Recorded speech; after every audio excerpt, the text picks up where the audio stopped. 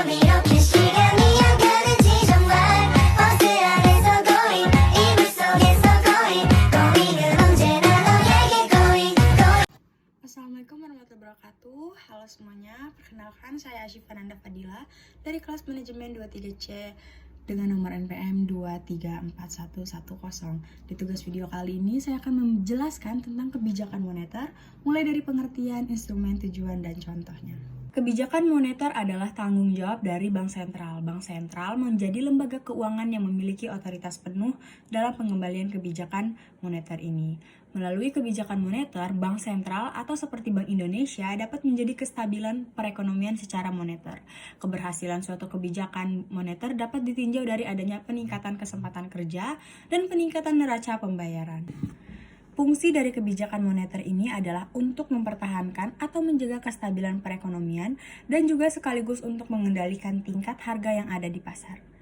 Selanjutnya ada instrumen kebijakan moneter. Yang pertama ada moral persuasion atau imbauan moral.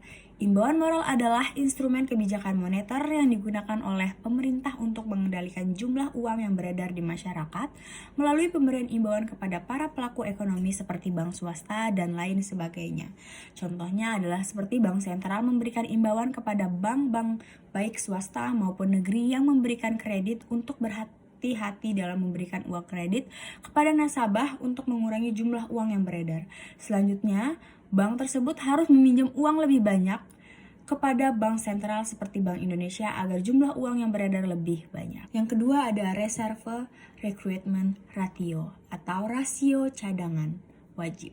Rasio cadangan wajib adalah instrumen kebijakan moneter yang digunakan pemerintah untuk mengendalikan jumlah uang yang beredar melalui mempermainkan jumlah dana cadangan simpanan pemerintah oleh bank sentral. Jika pemerintah ingin meningkatkan jumlah uang yang beredar, maka pemerintah menurunkan rasio cadangan wajib.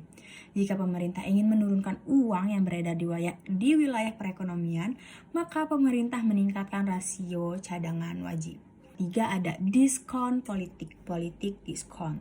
Diskon rate atau fasilitas diskon adalah instrumen kebijakan moneter yang dilakukan dengan cara mengendalikan jumlah uang yang beredar dengan cara mempermainkan tingkat suku bunga bank sentral seperti Bank Indonesia terhadap bank umum.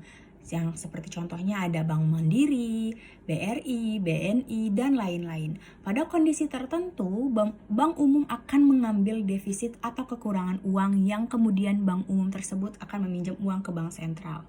Jika pemerintah ingin meningkatkan jumlah uang yang beredar, maka pemerintah akan menurunkan tingkat suku bunga pinjaman uang. Begitu juga sebaliknya, jika pemerintah ingin menurunkan jumlah uang yang beredar, maka pemerintah perlu meningkatkan tingkat suku bunga pinjaman. Yang keempat ada open market operation, operasi pasar terbuka. Open market operation atau operasi pasar terbuka adalah instrumen kebijakan moneter pemerintah yang dilakukan dengan cara memperjualbelikan surat berharga yang dimiliki oleh pemerintah. Jika pemerintah menghendaki jumlah uang yang beredar di masyarakat meningkat, maka pemerintah menjual surat berharga yang dimiliki kepada masyarakat. Sebaliknya, jika pemerintah menghendaki jumlah uang yang beredar di masyarakat menurun, maka pemerintah akan membeli surat-surat berharga pemerintah yang ada di tangan masyarakat tersebut. Tujuan kebijakan moneter.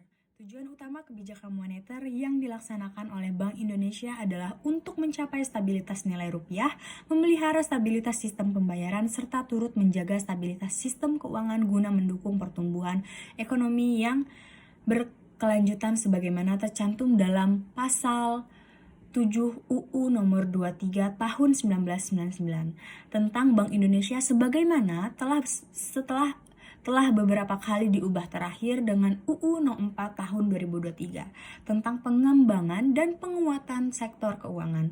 Arti stabilitas nilai rupiah adalah kestabilan harga barang dan jasa serta nilai tukar rupiah. Contoh dari kebijakan moneter langsung adalah mencetak uang baru, membekukan saldo perusahaan swasta maupun negara, merombak sistem perbankan, mengambil alih urusan perbankan, perkreditan, dan masih banyak lagi.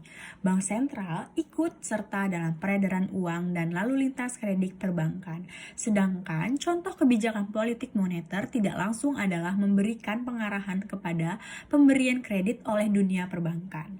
Pengaturan uang beredar dalam masyarakat dilakukan dengan menambah atau mengurangi jumlah uang yang beredar. Nah, itu tadi adalah penjelasan dari saya tentang kebijakan moneter mulai dari pengertian, instrumen, tujuan, dan contohnya.